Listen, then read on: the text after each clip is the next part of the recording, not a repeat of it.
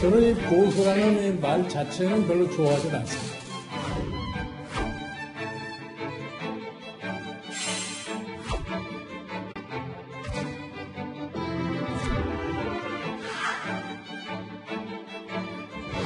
실질적인 자유를 이 당이 어떻게 구해내느냐.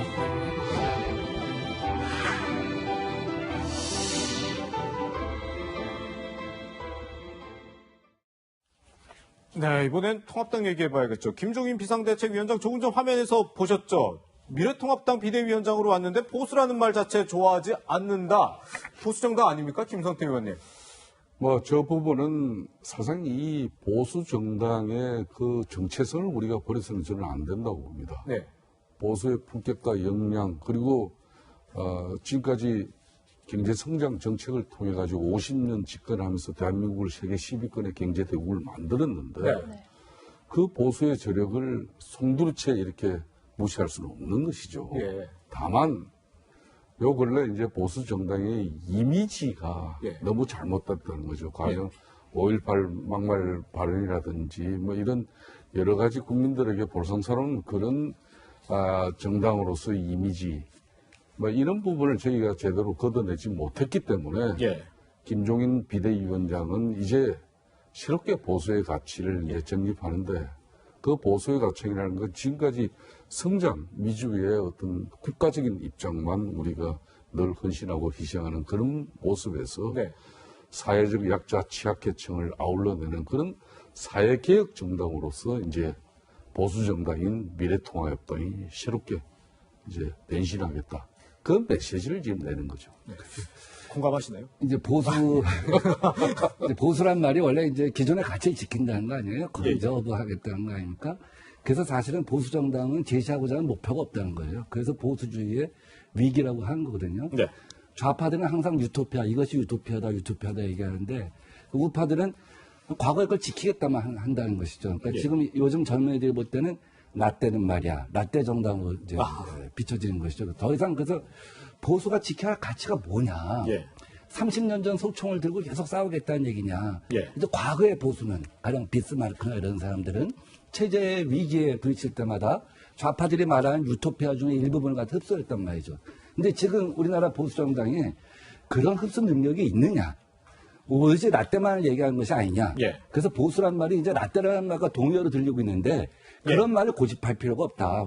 보수주의라고 하는 거는 그 자체가 대한민국에서 무슨 막말로 인해서 시대에 뒤처진 것이 아니라 전 세계적으로 보수주의가 지금 표방할 수 있는 가치가 없어졌다 하는 어떤 그 토로라고 저는 봐요. 그것이 근본적인 전환을 가져올 수 있는 저는 어떤 그 생각의 뿌리라고 보고 저는 그 대찬성하는 생각입니다. 네, 김 의원님. 저는 지금 현재 민 위원장의 말씀에 대체적으로 공감도 하지만은 그렇다고 지금 현재 전 세계사를 이렇게 보고 이 근대사를 보더라도 이 보수 정당이 기존의 가치를 존중하면서 새로운 변화 발전을 추구하는 그런 사회개혁성이 부족해가지고 심판을 많이 받고 어려웠던 적은 있지만은 근본적으로 보수의 가치 자체가 실종된 채 새롭게 이렇게 잘 된 경우는 없죠.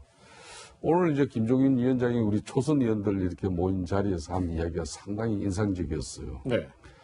보수가 지향하는 그런 가치인 자유는 말로만 하는 그런 행식적인 자유였다, 지금까지. 그렇지만 앞으로는 이런 행식적인 자유, 여기에서 이제 물질적인 가치가 함유된 그런 자유로 가겠다. 그러니까 이 말은 당장 배고파서 지나가는 가게에서 맛있는 빵 굽는 냄새가 나면 그걸 사 먹을 수 있어야 되는데 사 먹지 못하는 자유는 무슨 자유냐, 이제 이런 이야기죠. 저희가 그 목소리를 직접 준비를 했거든요. 한번 좀 들어보고 얘기를 좀 이어가도록 그대로 이어가죠. 그럼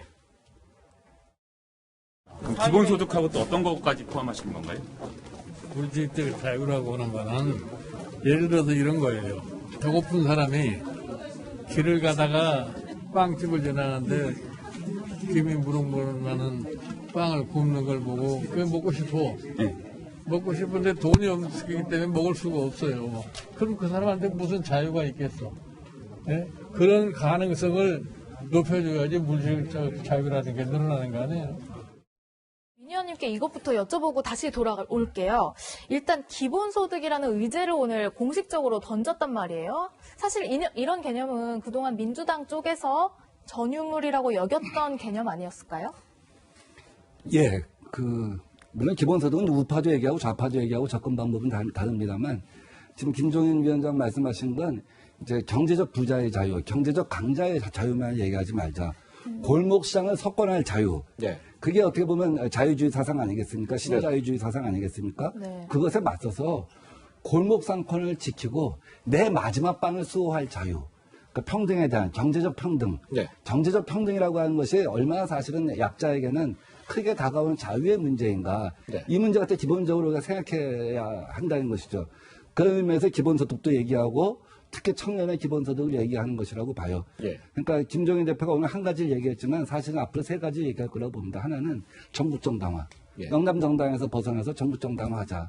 아마 적당한 시점에 제가 볼 때 자유한국당 당원 단계 5.18 민주화 정신을 포함시키자는 얘기를 갖다 할 가능성도 있다고 봐요. 두 예. 번째는 청년 정당 얘기입니다. 예. 라떼 정당 되지 말자. 이제 미래 정당 되자. 청년 정당 되자. 이제 세 번째는 지금 말했던 것처럼 불평등을 해소할 수 있는 약자의 경제적 자유를 갖다 얘기하자. 예. 근데 약자의 경제적 자유를 얘기하면서 증폭 효과를 생각한다고 한다면 거기서 기본소득을 얘기할 때 아마 청년 기본소득부터 얘기하지 않을까 하는 생각을 합니다. 한편으로 보면은 그동안 민주당이 전유물처럼 여겼던 개념을 통합당도 조금은 받아들이면서 어쩌면 공감대가 좀 넓게 형성될 수 있다 이런 기대감도 있을 수 있는데 그렇습니다. 좋은 네. 지금 이제 지적이시고요. 사실상 이 김종인 비대위원장은 지난 2012년 당시 박근혜 비대위라고 그러죠. 그렇죠. 박근혜 비대위 체제의 그 비대위원으로 참여해가지고 예. 이분이 경제 민주화만 이야기한 게 아니라 그때 이야기한 게 바로 이 기본소득이에요. 아, 그때 이미 얘기했었군요. 네.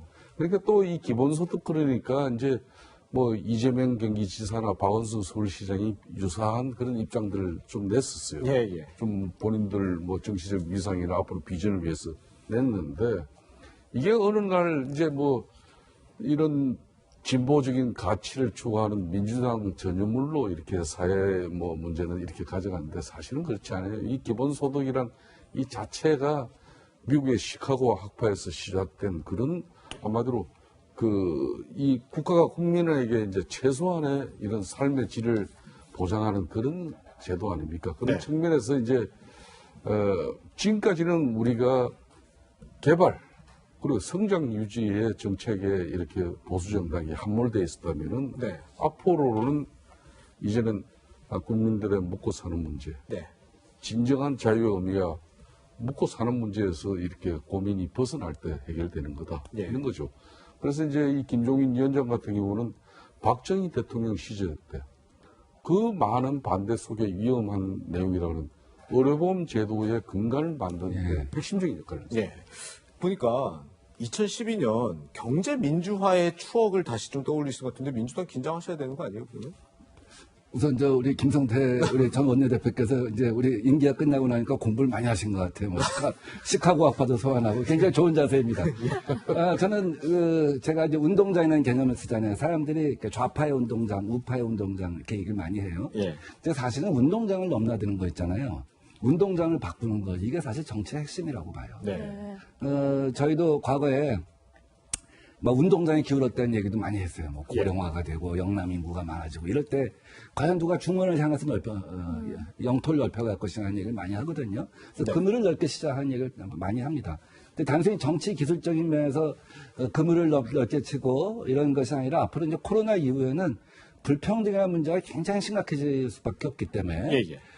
그래서 특히 우파 정당에서 운동장을 갖다가 넓히고 바꾸는 것 이것을 갖다가 반드시 해내는 것이 굉장히 중요합니다. 그럴 때만 사실 경제의 구조를 바꾸고 국가와 국민을 위해서 새로운 정치를 할 수 있다고 보고 저는 지금 이러한 그 운동장의 전환이 저한테는 굉장히 그 희망으로 다가와요. 예. 긴장할 문제가 아니라 희망으로 맞습니다. 다가옵니다. 그럼. 네, 긍정적인 평가를 내놓으셨네요.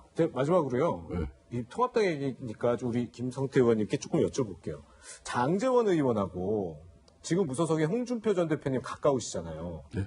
근데 김종인 위원장에 대해서 굉장히 최근에 비판적인데 어떻게 김종인 위원장 이런 얘기들이 당에 잘 안착할 수 있겠어요? 민주정당에서 그런 다양성이 함유된 그런 뭐 비판의 목소리, 때로는 정책적 이렇게 공감 동의를 이뤄내지 못한 가운데 뭐 그런 여러 가지 다시 의견을 조율해 나갈 수 있는 기회도 제공하고 그런 측면에서 뭐 장제원 의원이나 요 근래 홍준표 전 당대표고 홍준표 의원 같은 경우 요 근래는 좀 말씀을 많이 줄이지 않았어요? 아, 그런가요? 그렇게 보이고 오늘 저도 뭐 장제원 의원하고 이 자리에 오기 전에 막 점심을 하고 왔는데 아, 그랬어요? 저도 물어봤어요. 장 의원 이제 3선이면은 중진인데 그래도 김종인 비대위원장이 이렇게 뭔가 당을 일신하고 우리 보수당이 이제 국민들로부터 나쁜 이미지 걷어내고 새롭게 나가지 않은데 뭐 문제가 있나 제가 이제 물어봤더니 자기는 적극적으로 당에 일신하고 변화하는데 돕겠다. 그런 대신 이 보수 자체가 보수 정당인 미래통합당이 이번에 잘못한 것이지 보수가 잘못한 것은 아니다. 그 말 맞는 말이죠. 뭐 그런 측면에서 우리 당의 이런 앞으로 한 2년 동안 너무 우리가 좀 수구적이고 오랜 간섭대로 당이 움직였어요. 그러니까 김종인, 그러니까 홍준표 의원이 이제 사실 뭐 마지막 꿈이 있다고 하잖아요. 그러면은 김종인 비대위원장이 뭐 보수를 변화시킨다, 기본소득을 얘기한다 이런 거 얘기할 때 그에 맞는 어떤 수준의 반론을 제기했으면 좋겠어요. 항상 그분의 반론은 뭐 기차가 개는 지져도 기차는 떠나간다 뭐 이런 거 버스는 떠나간다 이거 아닙니까? 서로 이렇게 문법이 층위가 너무 다른데 우리 저 홍준표 대표한테 다시 한번 제가 좀 부탁사 한번 드리는 말씀입니다. 알겠습니다. 네, 본격적으로 시작된 김종인 비대위 체제 그리고 여러 가지 보수 혁신을 시도하고 있는 모습까지 좀 짚어봤습니다. 두 분과는 여기서 인사 나누겠습니다. 고맙습니다.